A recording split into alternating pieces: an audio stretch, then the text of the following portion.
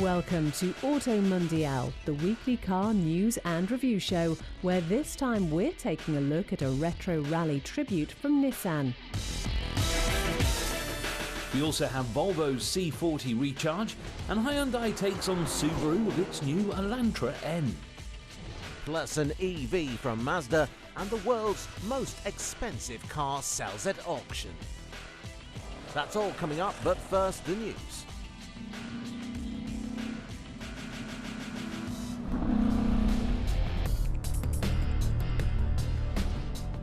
The new Range Rover has hit 10,000 UK orders. With waiting lists now approaching a year, Land Rover has reached the milestone number of UK orders in just a few months since the new Range Rover was launched. According to JLR, the average order price is £125,000, 25% more than for the previous generation. 40% of UK buyers have opted for diesel engines, 35% for petrol, and the remaining 25% for hybrid options. Interestingly, around half have gone for the 7-seat model being offered for the first time.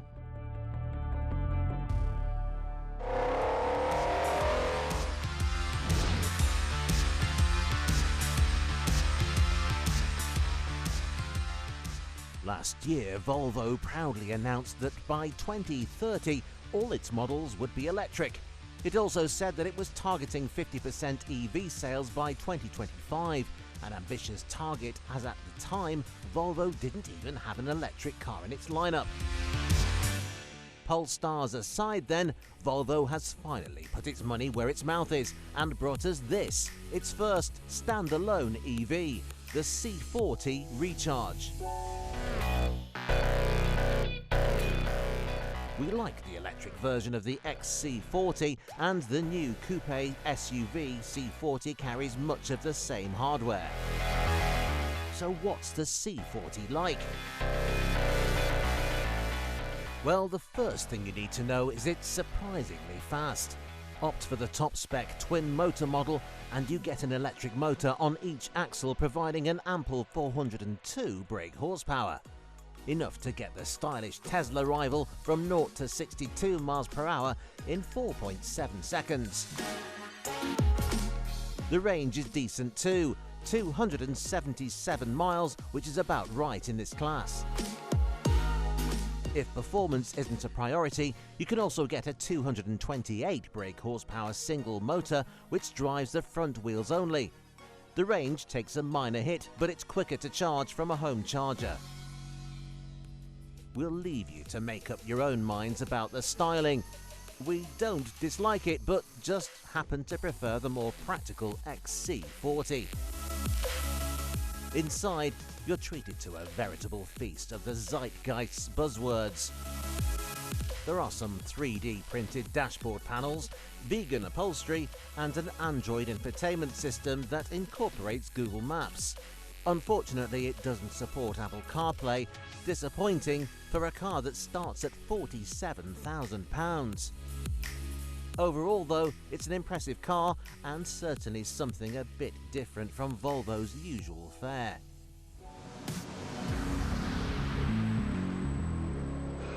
However, in this increasingly popular corner of the market, the Volvo has some competition. This is the Audi Q4 e-tron, and to the untrained eye, it is not obviously an electric car.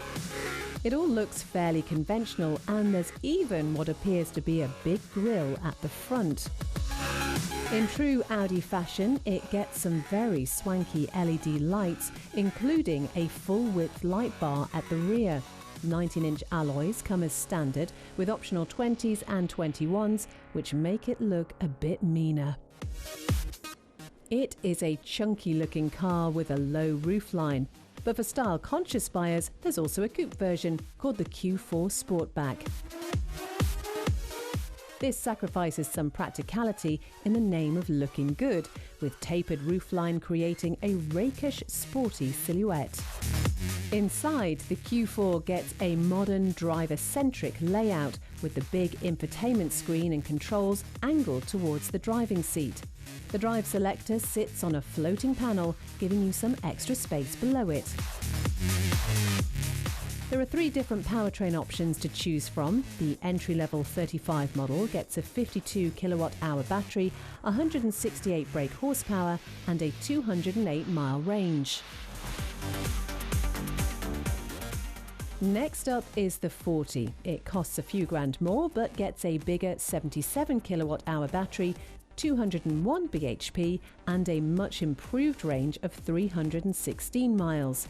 This middle-of-the-range model is the one to go for if you want maximum mileage from your Q4.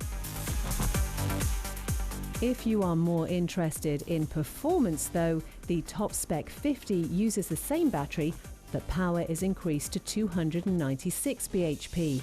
The range drops to just below 300 miles, but it will hit 62 miles per hour from rest in 6.2 seconds. Now that isn't exactly rapid in the world of EVs, but it's quick enough in a family SUV. The Audi offers more choice than the Volvo then, as well as a better range in the top spec cars. Crucially though, the Q4 is cheaper. But if Volvo's first pure EV is anything to go by, we can expect an interesting EV lineup by 2030.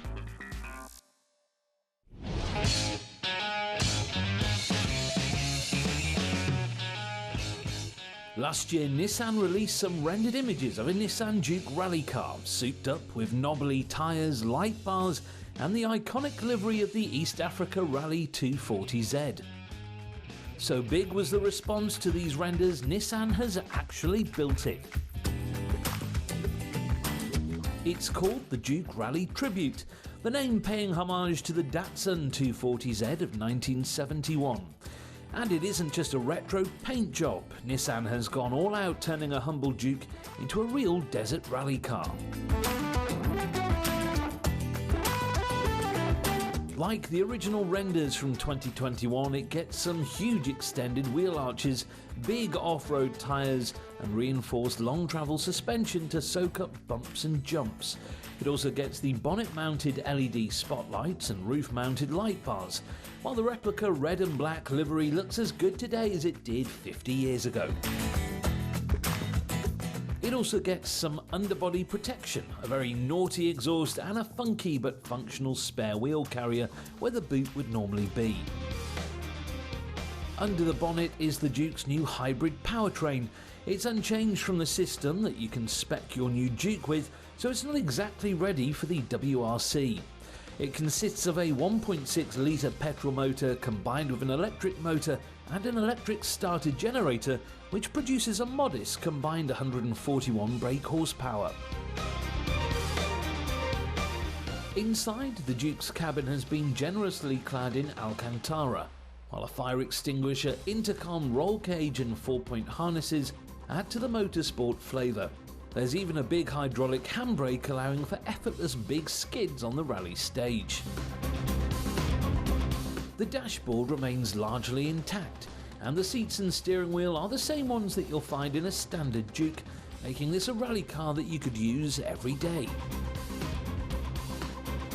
Sadly, Nissan has no plans to actually send the Juke Rally Tribute into competition, or indeed production, but we think it's great all the same. After the break, we take a look at the world's most expensive car, the Mercedes 300 SLR UHLENHAUT Coupe.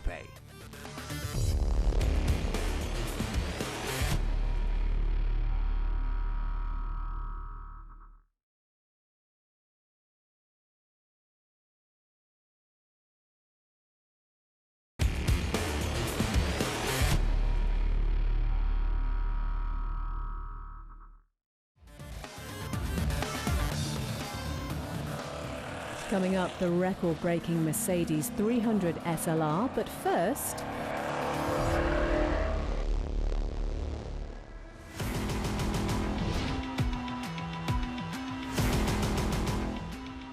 Since Hyundai launched its N division a few years ago, We've seen some truly brilliant performance cars from the brand that previously had little experience of building fast cars. With N badges now adorning everything from super minis to crossover SUVs, the next car to get a performance makeover is this, the Elantra. With the saloon car market here in Europe dwindling, the 2022 Elantra N arrives for the North American market, which already gets the excellent Veloster Coupe. Commonly used by ride-hailing services, the regular Elantra is a common sight throughout America, so the N version has a sporty makeover to help it stand out. It gets an aggressive new front splitter, a big rear diffuser housing a chunky pair of tailpipes and plenty of red trim. A rear spoiler has been added, while a set of 19-inch alloys shod in Michelin Pilot Sport 4s complete the look. The interior has been spruced up too, with new track-focused features on the infotainment system, new bucket seats, and a nice new steering wheel with drive mode buttons to unleash the Elantra's full potential. It's under the bonnet though where things really get interesting. It gets the same turbocharged 2-litre engine as the i30N, producing 276 brake horsepower or 286 for short 10-second bursts if you push the right buttons. To keep all that power under control, the Elantra N gets an electronic limited slip differential as well as some big brakes and trick suspension. However, if you want an affordable fast saloon car, there's a new version of the obvious choice. The Subaru WRX may have been absent on UK shores for a few years now, but over in America the familiar recipe of big power and all-wheel drive is still going strong. This is the new 2022 car, and on the face of it, nothing seems to have changed too drastically. It's still not especially good looking, especially when compared to the striking Elantra, but it has a muscular look thanks to its bold wheel arches and signature bonnet scoop. It does look more modern than the outgoing 4th generation car, although we're not quite sold on the rear end where you find 4 exhaust tips poking out of a sea of black plastic cladding. And we know that big wings are usually reserved for WRX STIs, but even so, the one on this new car does seem remarkably subtle. However, Subaru has always put substance over style, so it's what's underneath that really counts. As always, the new WRX features a turbocharged boxer engine with displacement now up from 2 litres to 2.4. Power is up at 267 brake horsepower, and best of all, it's all hooked up to a manual 6-speed gearbox. Frankly, it's a real shame that we won't be seeing the Elantra N in Europe anytime soon. It looks superb, goes well, and would no doubt be a great cut-price alternative to the numerous fast Audis, BMWs and Mercedes.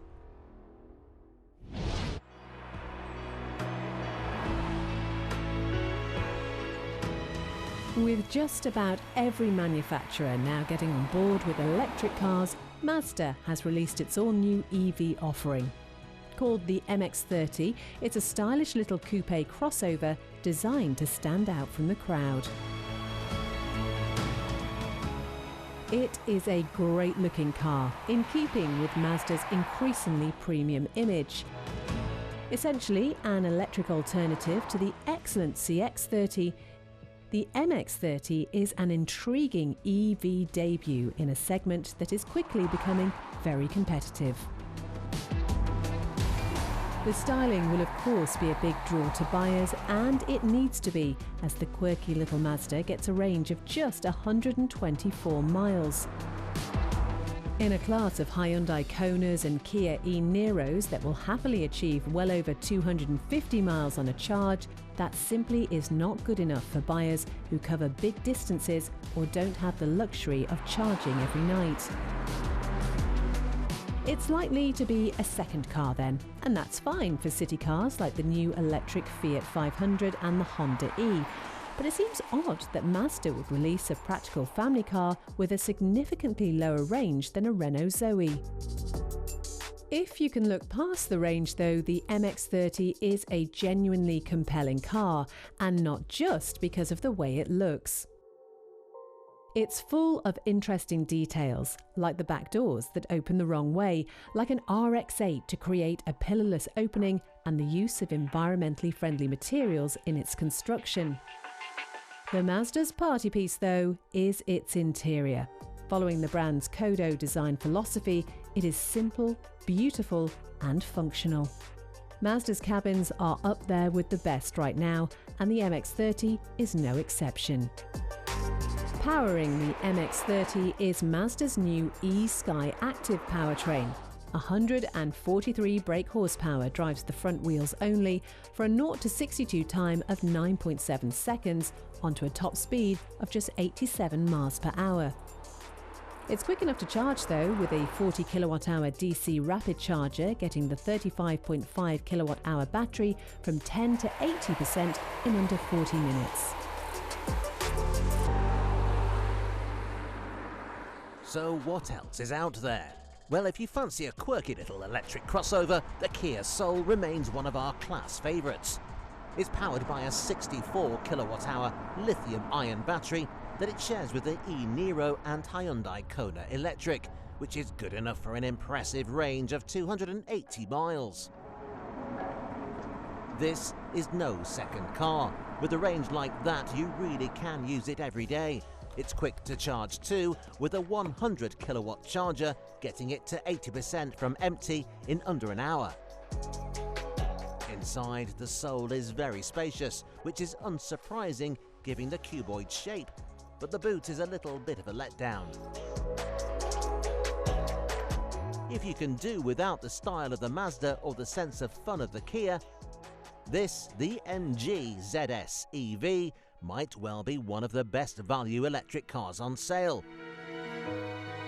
For 28.5 grand after the government grant, the MG offers 273 miles of range in a practical SUV.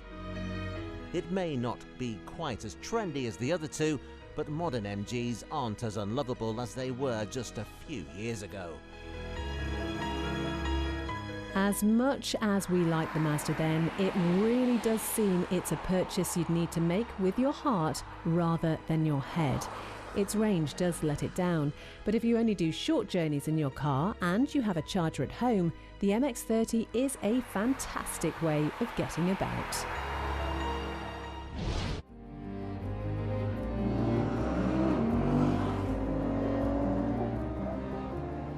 It's easy to think that the latest and greatest supercars are among the most expensive motors money can buy. V12 Ferraris and electric supercars may be out of reach for most of us, but really, they're perfectly reasonable compared with a world of high-end classics. This is a Mercedes 300 SLR, specifically an UHLENHAUT Coupe, one of just 2 ever built. It recently sold at a private auction for a staggering €135 million, around £115 million, making it by some distance the most expensive car ever sold. Beating the Ferrari 250 GTO that sold in 2018 for just under £39 million. Not only that, it's one of the 10 most valuable objects ever to have come under the hammer. So while that price sinks in, let us explain why this car is so revered. Based on the 2-time F1 championship-winning W196R, piloted by the legendary Juan Manuel Fangio, the SLR UHLENHAUT boasted a 302 brake horsepower 3-litre straight-8 engine, propelling the car from 0 to 62 miles per hour in under 7 seconds, onto a top speed of 180. The car got its name from its chief engineer, Rudolf UHLENHAUT. The story goes that while testing this very car at the Nürburgring, 5-time F1 world champion Fangio complained that it wasn't set up properly. UHLENHAUT, who had just enjoyed a large lunch, took umbrage at this and proceeded to beat Fangio's lap time by 3 seconds. Afterwards, he politely remarked that Fangio should practice. This fantastic anecdote and the fact that Rudolf used it as his company car, driving it to numerous events around Europe, is no doubt a big factor in the car's hammer price. Since then, the car has always remained in the possession of Mercedes, kept in perfect condition. The UHLENHAUT sister car will remain in the brand's ownership, on display at its museum in Stuttgart. This car, meanwhile, will go into private ownership, although the buyer has said it will remain accessible for public display on special occasions. Best of all, the proceeds from the sale will be used to start a Mercedes Worldwide Fund that will provide educational and research scholarships in environmental science and decarbonisation for young people.